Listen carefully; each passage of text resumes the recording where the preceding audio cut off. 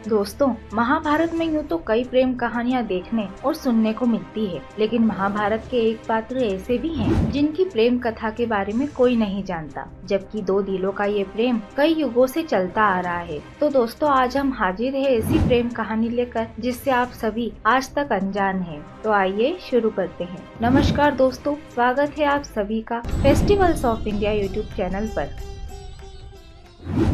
ये कथा है भगवान श्री कृष्ण के बड़े भाई और शेषनाग का अवतार माने जाने वाले बलराम और उनकी पत्नी रेवती की। कथा के अनुसार बलराम और रेवती के बीच सतयुग में प्यार हुआ, लेकिन दोनों का मिलन द्वापर युग में आकर हुआ। गर्ग संहिता के अनुसार रेवती पिछले जन्म में पृथ्वी के राजा मनु की बेटी थी, जिसका नाम ज्योतिषमती था। एक बार मनु ने बेटी से पूछा कि उसे कैसा वर चाहिए, तो उन्होंने कहा कि जो इस धरती पे सबसे शक्तिशाली हो वो उसी से विवाह करेगी। मनु ने इंद्र से ये सवाल पूछा तो इंद्र ने वायु को सबसे ताकतवर बताया, पर वायु ने पर्वत को ज्यादा बलशाली बताया और पर्वत ने पृथ्वी को अधिक शक्तिशाली बताया। आखिर में धरती ने शेषनाग को सबसे ज्यादा शक्तिशाली बताया। तब ज्योतिषमती ने शेषनाग को पति के रूप में पाने के लिए ब्रह्मा जी की तपस्या की और ब्रह्मा ने उसे वरदान दिया कि द्वापर में दोनों की शादी होगी। ज्योतिषमती ने अपने अगले जन्म में महाराजा रेवतक की पुत्री के रूप में जन्म लिया। पौराणिक कथा के अनुसार सतयुग में पृथ्वी पर रेवतक नाम के एक सम्राट हुआ करते थे,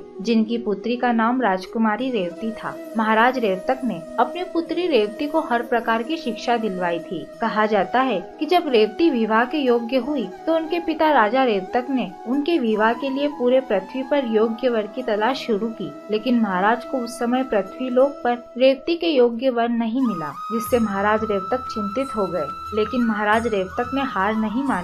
उन्होंने अपनी पुत्री रेवती के लिए वर की तलाश में ब्रह्मलोक जाने का निश्चय किया, ताकि वे स्वयं ब्रह्मा जी से रेवती के वर के बारे में पता कर सके। इसके बाद महाराज रेवतक ने अपनी पुत्री रेवती के साथ ब्रह्मलोक के लिए प्रस्थान किया।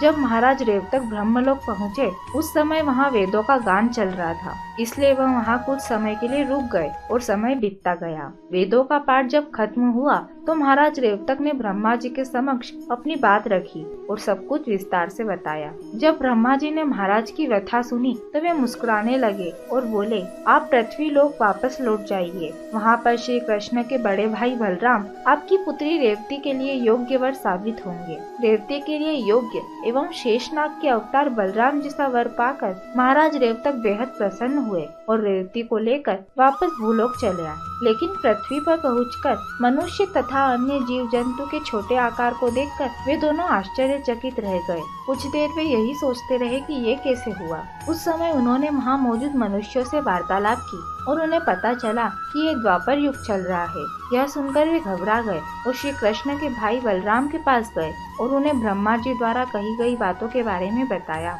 महाराज रेवतक की बात सुनकर बलराम मुस्कुराए और महाराज से बोले, हाँ महाराज, यह सत्य है। जब तक आप ब्रह्मलोक से लौटे हैं तब तक पृथ्वी पर 2 युग गुजर गए। इस समय पृथ्वी पर द्वापर युग चल रहा है, इसीलिए यहाँ पर आपको छोटे आकार के लोग देखने को मिल रहे हैं। क्योंकि महाराज रेवतक अपनी पुत्री की लंबाई को लेकर चिंतित थे, इसीलिए उन्होंने बलराम से कहा कि अब रेवती आपसे लंबी है तो आप दोनों का विवाह कैसे संभव होगा। यह सुनते ही बलराम जी ने रेवती को अपने हल से नीचे की ओर दबाया। ऐसा करने से रेवती का कद छोटा हो गया। रेवती के पिता ये दृश्य देखकर बेहद प्रसन्न हुए तथा रेवती और बलराम को विवाह के पवित्र बंधन में बांधकर स्वयं संन्यास को चले गए। बाद में बलराम और रेवती प्रेम पूर्वक पृथ्वी पर मौजूद रहे।